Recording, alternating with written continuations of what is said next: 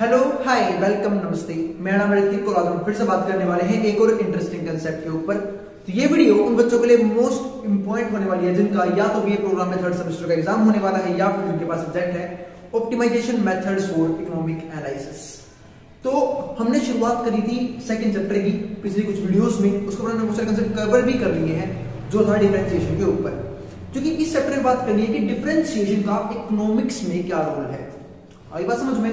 ठीक है, तो डिफरेंशिएशन के कांसेप्ट्स के ऊपर ये हमारी आखिरी वीडियो होने वाली है जहां पे मैं बात करूंगा कुछ क्वेश्चंस की जो हमने सारे फंडामेंटल पढ़े हैं, जितने भी रूल पढ़े हैं उनके ऊपर हम कुछ सवाल करेंगे आज इस वीडियो में। आई बात समझ में? ठीक है, और अब जो आने वाली वीडियोस होंगी वो होंगी डिफरेंशिएशन के एप्लीकेशंस के ऊपर। तो भाई अगर वीडियो पसंद आए तो वीडियो को लाइक के बिना मत जाना और चैनल को सब्सक्राइब भी कर लेना और उन दोस्तों में फिर उन ग्रुप्स में शेयर भी कर देना जिन बच्चों का सेम सब्जेक्ट का एग्जाम है, ताकि मुझे भी सपोर्ट मिले और उनकी हेल्प हो जाए। ठीक है, कि जिनको ये सब्जेक्ट पढ़ना है। आई बात समझ में? तो चलो फिर शुरू करते हैं आज की वीडियो। तो काफी अच्छे क्वेश्चंस हैं, इनके ऊपर कंसेप्ट्स हो चुके हैं। अरे भाई जो तक कंसेप्ट वाली वीडियो ना देखी हो, चाहे वो डिफरेंशिएशन के फॉर्मूले वाली वीडियो हो चाहे वो रूल्स वाली वीडियो, तो वो वीडियो आराम से आके देख लेना, दोनों वीडियोस इस चैप्टर की, जो कि काफी इंपॉर्टेंट वीडियो थी। उसके बिना आपको क्वेश्चन समझने में थोड़ी सी दिक्कत आ सकती है और ये सारे क्वेश्चंस आपकी बुक के ही हैं। अब कई बच्चे मुझे कमेंट बॉक्स में कमेंट कर रहे थे कि भैया बुक की पीडीएफ प्रोवाइड कर दो। भाई बुक की पीडीएफ सोल की साइट पे अवेलेबल है पहले से ही। ठीक है, जब तक आप ये वाली बुक खत्म नहीं कर लेते आपको कोई भी रेफरेंस बुक नहीं पढ़नी है। ठीक है, तो पहले आप आराम से जाके सोल वाली बुक पढ़ ली, मतलब वहां सारा कंटेंट पढ़ ले सारा, बाकी मैं करवा ही रहा हूँ साथ साथ, और जो भी एक्स्ट्रा क्वेश्चंस होंगे रेफरेंस बुक के हेल्प से जो इंपॉर्टेंट क्वेश्चन होंगे वो मैं करवा दूंगा। ठीक है, और प्रीवियस क्वेश्चन भी हम डिस्कस कर लेंगे सेम प्लेलिस्ट के अंदर। तो एक बार पहले हमारा जो कंसेप्ट है, मतलब जो भी हमारा कंटेंट है इस चैप्टर इस सिलेबस के अंदर सारा पहले एक बार कवर हो जाएगा, उसके बाद बात करेंगे उस चीज के ऊपर। तो चलो फिर शुरू करते हैं आज कुछ सवालों को। तो क्वेश्चन नंबर 1 देखते हैं। क्वेश्चन नंबर 1 में क्या है? y बराबर x की पावर 5। ये ऑलमोस्ट जो भी क्वेश्चंस है ये क्वेश्चंस है पावर फंक्शन के ऊपर। ठीक है, और एक क्वेश्चन को करने के एक से ज्यादा तरीके भी सकते हैं, वो भी डिस्कस करेंगे। जैसे यहाँ पे देखते हैं क्या है, y बराबर है x की पावर 5 और हमें सारे क्वेश्चन में निकालना क्या है, dy बाई dx, यानी कि डेरिवेटिव करना है सारे क्वेश्चनों का। तो सबको याद होगा x की पावर n का डेरिवेटिव का फॉर्मूला होता था जो मैंने पहली वीडियो में बताया था, क्या कि कभी भी आ जाए x की पावर n का डेरिवेटिव करना तो n उधर नीचे जाएगा और ऊपर एक पावर कम हो जाएगी, तो nx की n माइनस 1। सेम ऐसे यहाँ पे देखो x की पावर 5 है, बहुत इजी है, और ये बताया जो भी पावर हो वो तो नीचे जाएगा, तो 5 उधर नीचे आ गया, ऊपर एक पावर कम हो जाएगी 5x की 4, हो गया डेरिवेटिव। ये आंसर आएगा हमारा dy बाई dx कि y का डेरिवेटिव हो चुका है x के रिस्पेक्ट में, आ गया आंसर 5x की 4। अब क्वेश्चन नंबर 2 देखो। क्वेश्चन नंबर 2 तो बकवास सा सवाल है, x की पावर 1 है और हम सब जानते हैं x की पावर 1 का मतलब क्या होता है, x का डेरिवेटिव, जो मैंने फॉर्मूला में सीधा लिखवाया था कि x का डेरिवेटिव 1 होता है। चलो एक बार इसे पावर रूल की हेल्प से सोल्व करने की कोशिश करते हैं। तो क्या होगा देखो फिर से भाई, अगर आप इसे वैसे सोल्व करें तो फिर आंसर वही आएगा। अगर आपके कंसेप्ट क्लियर है तो आंसर सेम ही आएगा, आंसर अलग आ ही नहीं सकता। तो कैसे करोगे इसका क्वेश्चन? देखो x की पावर n से उधर नीचे आएगा तो 1 उधर नीचे आ गया, ऊपर एक पावर कम हो जाएगी, तो x की पावर क्या हो जाएगी 1 माइनस 1। तो देखो 1 माइनस 1 क्या होता है 0, 1 मल्टीप्लाई में x की पावर 0, और हम एक जानते हैं एक रूल कि किसी की भी पावर अगर 0 हो तो उसका आंसर क्या होता है 1 होता है, यानी कि x की पावर अगर 0 है तो उसका आंसर क्या हो जाएगा 1 हो जाएगा, और 1 मल्टीप्लाई में कितना हो जाएगा 1 हो जाएगा। आगे अब सवाल नंबर 3 देखो। 3 में क्या है, y इक्वल्स टू x की पावर -8। अब आपको ये वाला क्वेश्चन करना है, फिर से भाई x की पावर n वाला फॉर्मूला लगा दो। n के ऊपर कोई बाउंडेशन नहीं है, n पॉजिटिव भी हो सकता है, नेगेटिव भी हो सकता है और कुछ हो सकता है भाई। ठीक है, तो कोई दिक्कत नहीं है। वैसे 0 नहीं होगा क्योंकि 0 हो गया तो किसी की पावर 0 1 हो जाएगा और 1 का डेरिवेटिव 0 होता है, मतलब कांस्टेंट का डेरिवेटिव 0 होता है। तो यहाँ पे हम बात करें x की पावर -8 की, तो अपन डेरिवेटिव करना है। भाई नहीं, डेरिवेटिव करने से पहले कि differentiate with respect to x, इसका मतलब है कि हम डेरिवेटिव करने वाले हैं x के रिस्पेक्ट में। तो y का 1 तो हो जाएगा इनटू में dy बाई dx, क्योंकि y का डेरिवेटिव जबरदस्ती किया गया है x के रिस्पेक्ट में, तो ये जरूर आएगा dy बाई dx, क्योंकि y का भी 1 हो जाता अगर वो y के रिस्पेक्ट में होता। ठीक है, पर y का x के रिस्पेक्ट में हो रहा है, x के रिस्पेक्ट में तो होगा तो भी 1, पर इनटू हम क्या लिख देंगे dy बाई dx, यानी कि y में चेंज x की वजह से, है ना। इसको ऐसे पढ़ते ना, change in y due to change in x। अब x की पावर -8 है, आपको इसका डेरिवेटिव करना है, तो फिर से भाई कांस्टेंट है वो तो नीचे जाएगा, तो ऊपर से -8 जो नीचे आ गया, यहाँ पे x की पावर में 1 कम हो जाएगा, तो -8 -1, तो -8 यूं का यूं, माइनस माइनस प्लस 8 बड़े क्या हो जाएगा 9, तो माइनस कर दूं x की पावर -9 आंसर आएगा। अब देखते हैं 4th question. y equals to 1 में x की पावर 7 आपको करना है इसका डिफरेंशिएशन। इसको करने के दो तरीके हैं, दो है या कह सकते हो 3 है।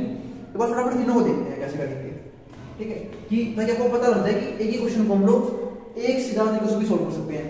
अब एक क्वेश्चन सबसे इजी तरीका तो ये आता है दिमाग में कि भैया 1 में x की पावर 7 है, ठीक है, और हम सब जानते हैं प्रॉपर्टी पढ़ी थी हमने बचपन में जब 5th क्लास में थे, कौन सी, कि अगर किसी की पावर नेगेटिव हो यानी कि अगर a की पावर -n हो उसे हम पॉजिटिव कर सकते हैं। कैसे, उसे भर के कोण नीचे ला के दो तो 1 में a की पावर है।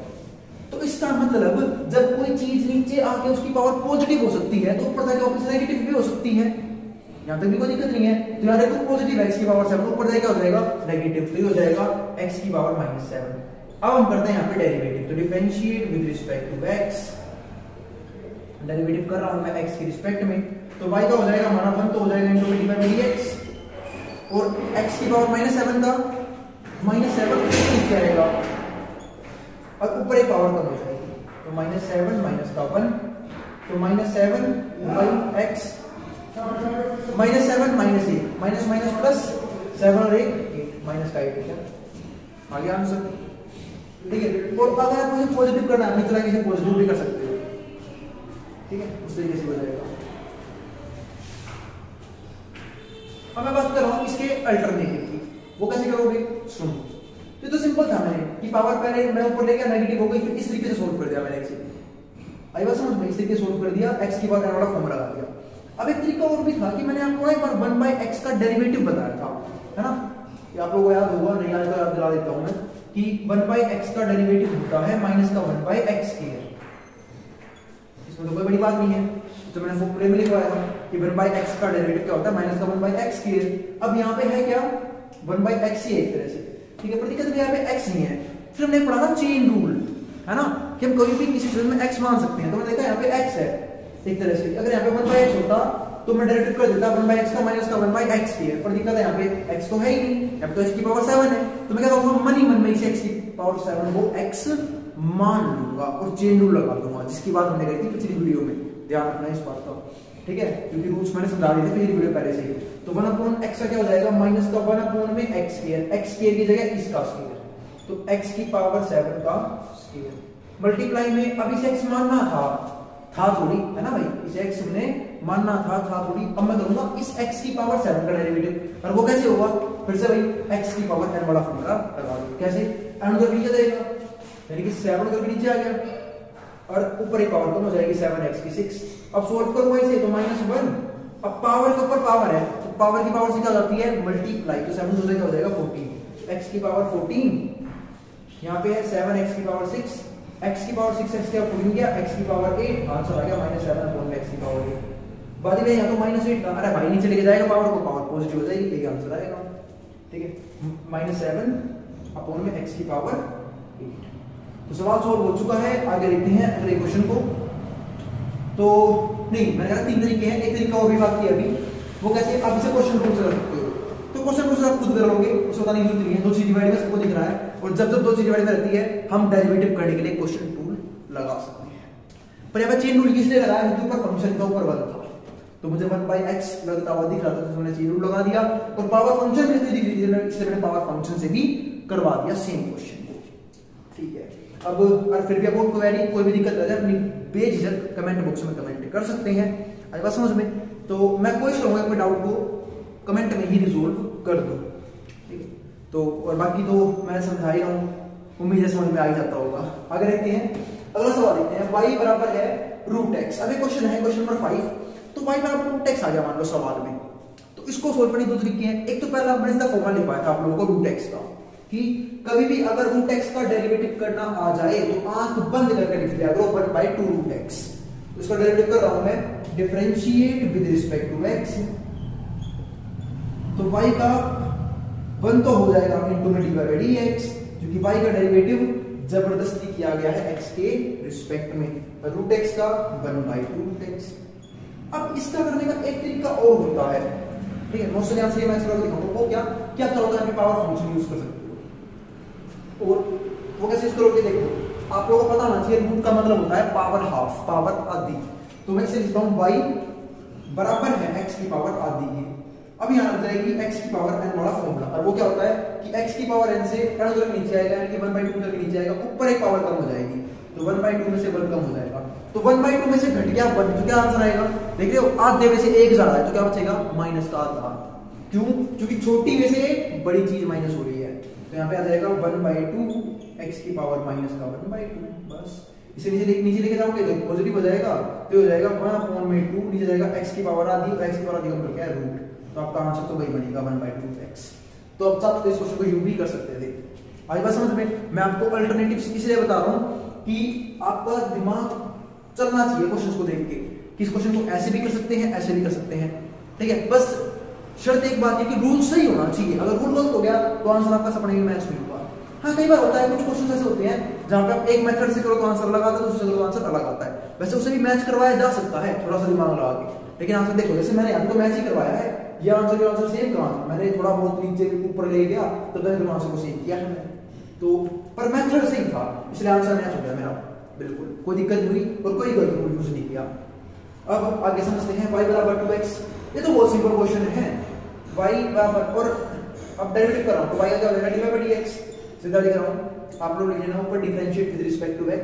अब देखो मैंने समझाई थी आपको ये बात पिछली वीडियो में कि अगर कभी भी डिफरेंशिएशन करते वक्त कोई भी कांस्टेंट मल्टीप्लाई या डिवाइड में हो, वो यूं का ही रहता है, जब 2 मल्टीप्लाई में है वो यूं का ही रहेगा, डेरिवेटिव होगा सिर्फ x का यानी कि 1, और x का डेरिवेटिव 1 होता है, ये बात मैंने ऊपर भी बताई थी पावर फंक्शन से भी, और फॉर्मूले में लिखवाया था कि x का डेरिवेटिव 1 होता है, 2 में क्या हो जाएगा 2, आंसर आ गया।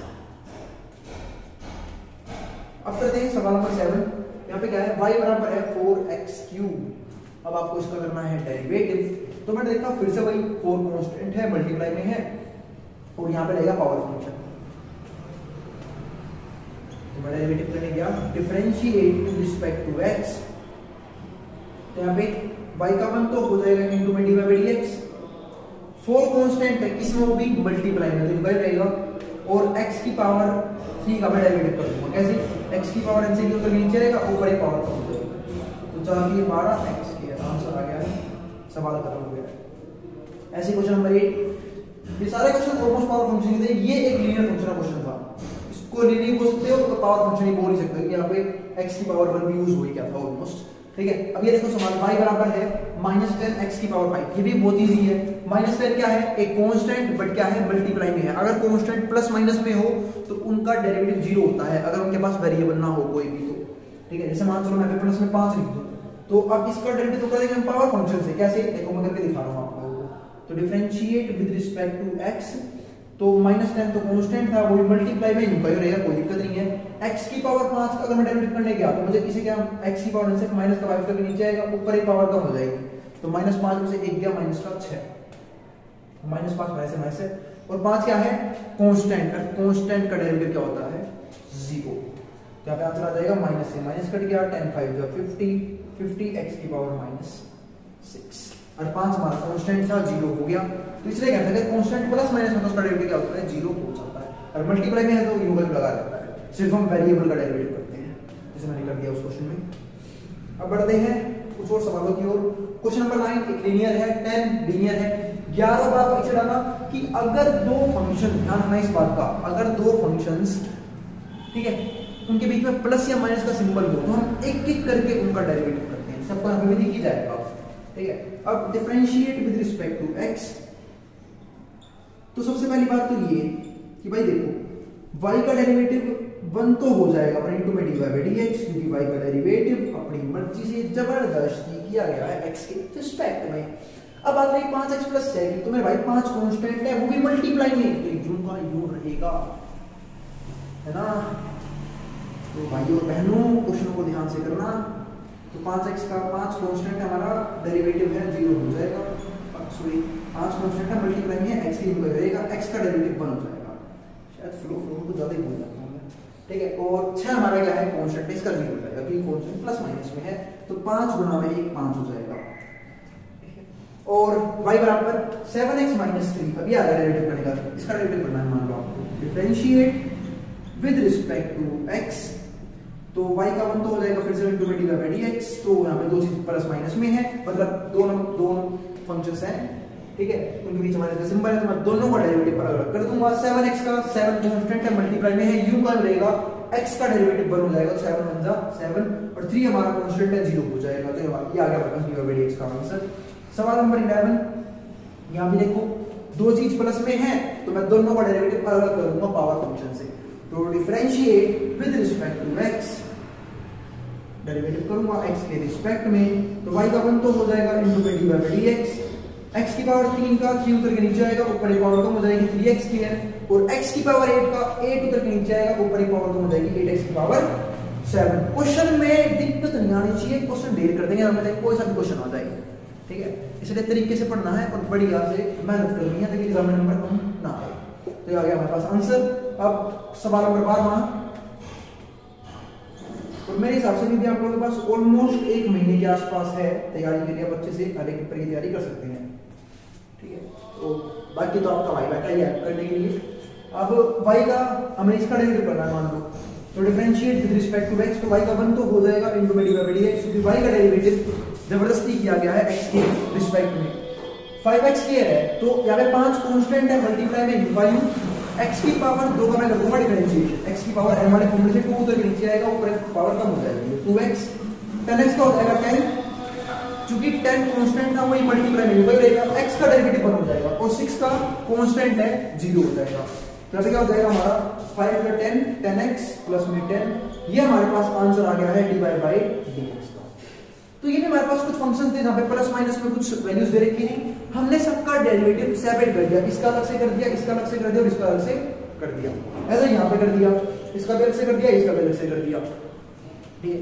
तो हमने जितने भी रूल्स पढ़े और पहली वीडियो में जितने फंक्शंस पढ़े उन सबका डेरिवेटिव हमने ऑलमोस्ट अब क्लियर कर दिया है और डेरिवेटिव करके भी देखा है क्वेश्चंस में। अब जो आने वाली वीडियोस होंगी वो होंगी हम इस डिफरेंशिएशन को कैसे इकोनॉमिक्स में यूज करते हैं, ठीक है, कैसे टोटल रेवेन्यू निकालते हैं, कैसे मार्जिनल रेवेन्यू निकालते हैं, कैसे एवरेज रेवेन्यू निकालते हैं, कैसे एवरेज प्रॉफिट निकालते हैं, बहुत सारे कंसेप्ट्स हैं जो हम आने वाली वीडियोस में डिस्कस करेंगे और वो काफी इंपॉर्टेंट है, क्योंकि अब तक मैं बात कर रहा था डिफरेंशिएशन के इंट्रोडक्शन की, उसकी कहानी इस वीडियो के साथ ही ढेर हो चुकी है और उम्मीद है आपको डेरिवेटिव के कंसेप्ट में किसी भी कंसेप्ट में कोई दिक्कत नहीं है। फिर भी कोई क्वेरी रह जाए आप नीचे कमेंट बॉक्स में कमेंट कर सकते हैं। आई बात समझ में, ठीक, मैं आपकी क्वेरी को रिजॉल्व करने की पूरी कोशिश करूंगा और मिलते हैं भाई फिर अगली वीडियो में जहां पे हम बात करेंगे, ठीक है, applications of differentiation in economics. तो जिसको जो उतारना है वो उतारने मैट्रॉन बोर्ड के सामने से।